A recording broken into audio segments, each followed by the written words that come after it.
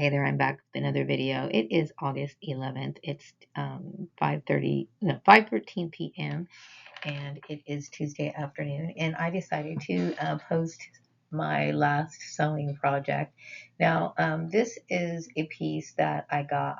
I'm trying to think where I got this particular garment, but this is my first video of posting a modified outfit or shirt or garment.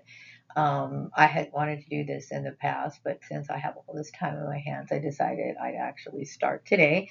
So anyway, a lot of times people refer to this skill or this hobby as upcycling, or upcycling clothes. Sometimes you can make. Maybe if you had like a dad who wore like a lot of buffalo plaid shirts or whatever, I've seen women convert those into jumpers with like straps and, a button up type jumper to wear. You can also convert them into skirts or whatever. And so, I often change or modify things that I have, whether they be old or maybe I'll go to the thrift store and, look at a garment and think, oh, that looks really nice, but I think I'll make it shorter or I'll make it into this or make it into that. And so, this is one of the reasons why I like thrift stores so much. So anyway, a while ago, and I remember posting this particular garment, you know, uh, on my in my newsletter, and I'll get into that in just a second.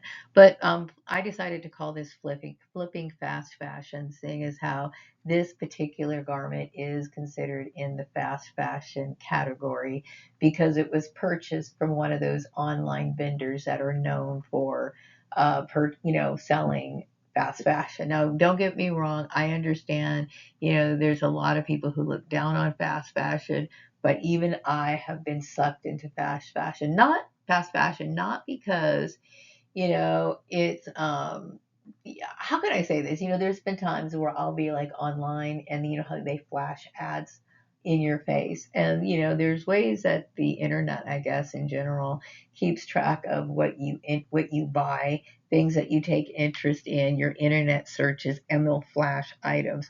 And this particular item flashed in my face, and I kept thinking, oh wow, this is beautiful. I online it looked appealing. It looked like it was made of embroidered material.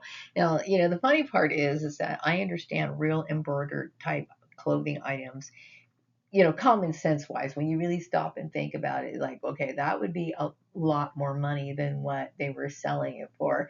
But, I have to admit, I was a little impulsive. And so I purchased it. And it was like about $20, which I thought was a reasonable price, but not a reasonable price for an embroidered garment. One, it came into when it arrived, it was a screen printed item. And yes, of course, I was disappointed. Now, I understand that there are certain people on YouTube and TikTok who cover this topic about purchasing things online, whether it be through places like Temu. There used to be another place. Now, I've actually had some pretty decent purchases from Temu. I can't complain about their purchases person. But there's been other, companies in the past. For whatever reason, their name escapes me, who have sold things or featured things on their website, and then when you purchase it, it comes out being, completely opposite of what you get. And there's this one particular person who covers these type of things. She purchases them and then she tries them on and compares them against what they actually advertised. By the way, like I said, I am a person who really does like Temu. I think they have great products when it comes to like their household stuff and their items, their knickknacks and stuff like that. So I think very highly of Temu. But I'm just saying is fast fashion in general. Okay, so anyway, with that being said, I'm just going to go ahead and start this video. Okay, this was featured in one of my newsletters. I do not remember exactly which one it was, but it did. I was featuring my upcoming sewing projects, and I'm just now getting a chance to put a dent in it. It was in online.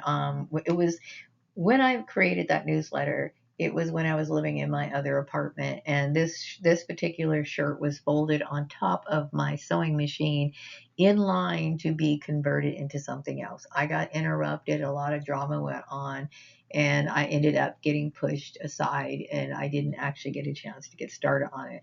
This is actually a turtleneck. It's a, I would say it's polyester. Okay. It's a polyester turtleneck. It looked completely different online when I saw it, but you can see, that you'll notice that the screen printing on it makes it's like resembles embroidered type of material. Okay. So anyway, let me show you I'll kind of explain what I did. I should have taken more photos to show you step by step, but basically what I did was I took the sleeves off and I took the collar off, and then I kind of cut the top of the shirt in a kind of a slanted direction on both sides. And then I had to undo the entire shirt, and I took the back of it, which I don't have any back pictures of this particular shirt. Basically, what I did was I converted it into a halter top for the summer. So this particular garment is meant for fall and winter, and so I thought it would look better as a halter top, and I was right. So the in the back of it, which I did not take a picture of, you can, it's basically like you can see my back, and then right around underneath the armpit is where the rest of the material comes, which so what holds the shirt together is actually the neck collar. So not only do I like converting clothing items, I also like making jewelry. I am not a jewelry um, professional. Some people are really good at making jewelry. They went to, took classes. Some people actually know how to make their own beads and accessories. I am not one of those people, but I have collected beads off and on. I would say starting in the year 2003, and I just been building like a little bit of a collection, and slowly but surely I start working with them. In this particular outfit, I decided to pull my hair back in it and then wear these particular earrings, which is a blue. What I like about this garment is that it has a lot of colors, and you can use a lot of different accessories that would match it. So I personally was drawn into the fact that it has a lot of greens, a lot of bright greens, but it also has a lot of bright blues as well. So this is an option that I decided to wear and feature this particular outfit. Okay. Another thing I like to do is I like to experiment with different looks with outfits. So you see the halter top. Okay, I think you have a pretty good idea of what that looks like. And in this particular picture, I also changed out the earrings. I decided to wear green earrings that I had made, and I'm also wearing a hat. When it comes to upcycling, the great part about it is that items can be made with very little money.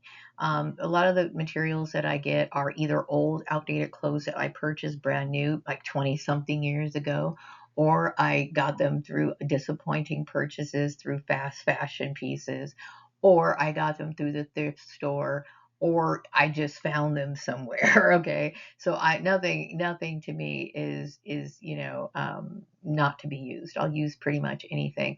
This particular hat, I believe I got it at a thrift store, and I think it was like maybe a couple of cents or whatever, and it looked like it was in pretty bad shape. So what I did with the material, I like a lot of headbands. I would say if you don't have a lot of hats, which I don't, I have about 3 hats, with brims around them. And sometimes I like to make them look a little bit different, and headbands are a great way of making them look different. I had extra material, so I decided to wrap the material around the hat and use it as a matching my hat with the actual shirt pattern with the earrings. And here is a closer look at the green earrings that I made. And that's going to conclude my little short video for the Flipping Fast Fashion. I hope you've enjoyed this. Thank you.